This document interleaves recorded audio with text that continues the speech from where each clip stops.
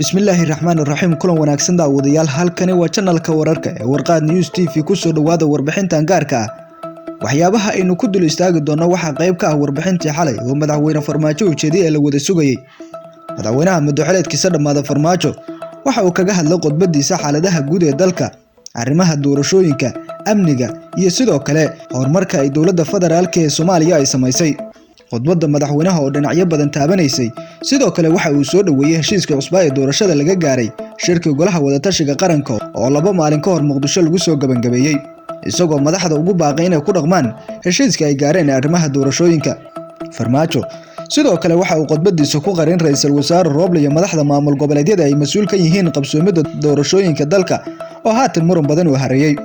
madaxweyne Farmaajo ayaa inta badan qodbadiisa kaga warbixiyay dib u dhiska ay dawladdu ku samaysay ciidamada qalabka sida isagoo bagaadiyay sida hufnaanta leh oo ay difaacayaan dalka iyo halgankooda ka dhanka ah ee ururada nabadiidka ee Soomaaliya sidii ay uga badbaadi lahaayeen dadka iyo dalka Soomaaliyeed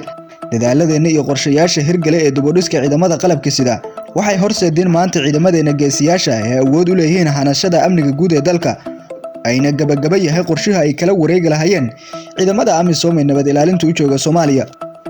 Farmaajo ayaa sidoo kale ka warbixiyay hanaanka siyaasadeed ee arrimaha dibadda ee dalka waxa uu sheegay inuu ku dhisan yahay wax wada qabsi iyo is-ixtiraam dalalka caalamka ilaalinta sharafta iyo madaxbannaanida dalkeena taas oo horseed in si mug leh uga dhex muuqano fagaarayaasha caalamka siyaasaddeena arrimaha dibadda ee ku dhisan gobonimada waxay horseeday inaan si mug leh uga dhex muuqano fagaarayaasha caalamka sida xubinimada golaha xuquuqul insaanka ee qaramada midoobay oo aan ku guuleysano markii labaad inaan madaxweyne ku xigeen ka noqono golaha guud ee qaramada midoobay haatan u sharaxanahay golayaasha ammaanka ee qaramada midoobay Afrika iyo qaramada midoobay ayaa hadalkiisa lagu daray Farmaajo inta ugu dambeyntii madaxweynaha madaxweyneedkiisa dhamaada Farmaajo ayaa booriyay shacabka Soomaaliyeed in midnimada iyo wadajirka ay furo yihiin jiritaanka iyo sidoo kale awoodaheena qarannimo waxa uu xusay doorka dhalinyarada Soomaaliyeed ee ku aadan midnimada iyo dawladnimada iyo difaaca dalkeena Farmaajo ayaa ka digay xilligan oo dalka doorasho ku jira in la musuqmaasuqo waxaana sheegay muddada uu xilka hayay inaan shacabka Soomaaliyeed ay ilaaliyaan hantidii lahaayeen oo ahayd mid lagu aaminay mas'uuliyiinta dawladda ugu sareysa ayuu ugu baaqay in qof kasta oo ku dhacayo wax isdabamarsiin adduunka iyo sidoo kale aqraba lagula xisaabtami doono midnimada iyo wadajirka shacabka Soomaaliyeed waxa ay furo u yihiin jiritaankeena iyo awoodeena qarannimo taasi waxa doorka ugu weyn ku leh dhalinyaradeena oo ah aqlabiyadda ummadda Soomaaliyeed baraaruga dhalinyarada Soomaaliyeed ee dhanka horumarka iyo dawladnimada waa midka nagu dhiirigeliyay inaan ku aamino hogaaminta hay'adaha kala duwan ee dawladda iyo inay kaalin mug leh ku yeeshaan dawlad dhisidda nabadeynta iyo ilaalinta danta guud marxaladan xasaasiga ah aan uga gudubno midnimo wada tashi iyo wax wada qabsi walaalayaal dagaalka uu dalkeena kula jiro argagixisada waxa udub dhaxaad u ah dhismaha ciidamada qalabka sida ee Soomaaliyeed oo u taagan halganka ka dhanka ah kooxaha argagixisada ama arxanlaawayaasha ah ee caadaystay daadinta dhiigga shacabka Soomaaliyeed iyo burburinta hantidooda anigoo taas ka duulay waxaan dhexda aan u xiranay dib u dhiska ciidamadeena oo ku shaqeynaya duruufo adag oo dhan kasta ah waxaan xoogga saarnay inaan diyaarino hanaanka dhismaha ciidamada qalabka sida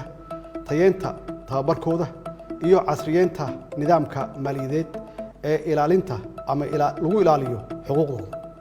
dadaaladaas iyo qorshayaashaas aan hirgelinay waxay horseedeen in maanta ciidamadeena geesiyaasha ah ay awood u leeyihiin hanashada amniga dalka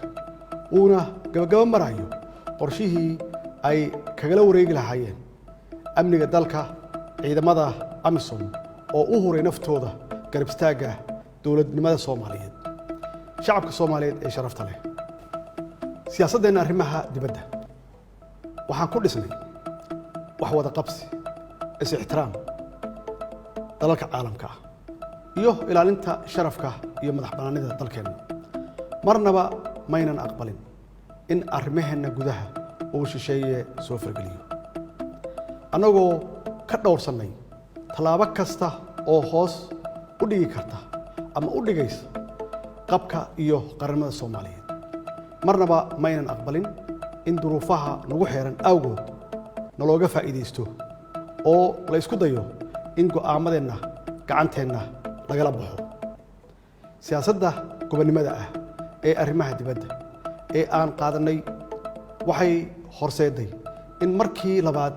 Soomaaliya loo doorto 4 sano gudaheeda xubinnimada Golaha Xuquuqul Insaanka ee Qaramada Midoobay. Waxaa sidoo kale madaxweyne ku-xigeen aanu ka noqonnay golaha loo dhan yahay ee Jamciyadda Quruumaha ka dhaxaysa, annaga oo haatan u sharaxan xubinnimada Golaha Amniga ee Midowga Afrika oo ay doorashadiisu dhacayso dhowaan. Sidoo kale dowladda federaalka Soomaaliya waxay u diyaar garowday musharaxnimadeeda ka mid noqoshada dalalka aan joogtada ahayn ee Golaha Ammaanka ee Qaramada Midoobay ee loo yaqaan Security Council-ka oo ay noogu dambeysay muddo 50 sano ka hor. Walaalayaal, sida aad ogsoon tihiin, waxaan xoogga saarnay inaan idin ilaalino ammaanada aan idin hayno. waxaanan meel marinay shuruucdii lagula dagaalami lahaa musuqmaasuqa, annagoo sidoo kale xoogga saarnay shuruucda lagu horumarinayo hannaanka maaliyadeed ee dalka, kaas oo abuuray daahfurnaan iyo hufnaan ay ka markhaati kaceen khubaro dhaqaale iyo hay-adaha caalamiga ah ee arrimaha maaliyadda. waxaan meel gabagaba ah soo gaarsiinay tallaabooyinkii aasaaska u ahaa ololaha deen cafiska, annagoo haatan sugayna miro dhalka dadaaladaas lagu cafinayay dhammaan deymaha culaysiyey dalkeenna. taasi waxay u baahan tahay inaan sii ambaqaadno qorshayaasha hawshaas lagu sii dardargelinayo iyo inaan xoojinno dadaalada lagu adkeenayo dimuqraadiyeenta dalka oo ay ugu horeyso ku dhaqanka dowlad wanaag iyo hirgelinta doorashooyinka. madaxweynaha madaxweynaadkiisa dhammaaday Maxamed Cabdullaahi Farmaajo ayaa lagu dhaliilaa in muddadii uu xilka hayay inuu ku dhaqmayo si kaligiis-talisnimo ah, balse sida ay qabaan ilo khubaro ah Soomaaliya waxay Soomaaliya intuu Farmaajo xilka hayay ay gaarto horumar badan oo dhinacyo badana. madaxweynaha oo lagu dhaliilo inuu xilka iska sii joogo oo rabay in dalkan doorasho ay ka qabsoonto ayaa hadalkiisa laga dhadhansan karay inuu haatan u diyaar garoobay doorashada uu dalka aaday, isagoona dhinacyada doorashada ugu baaqay in si hufan doorashada xor iyo xalaal dalkan uga qabsoonto si aysan u hagardaamin guulaha la gaaray sanadyadii dambe sida uu ka dhawaajiyay.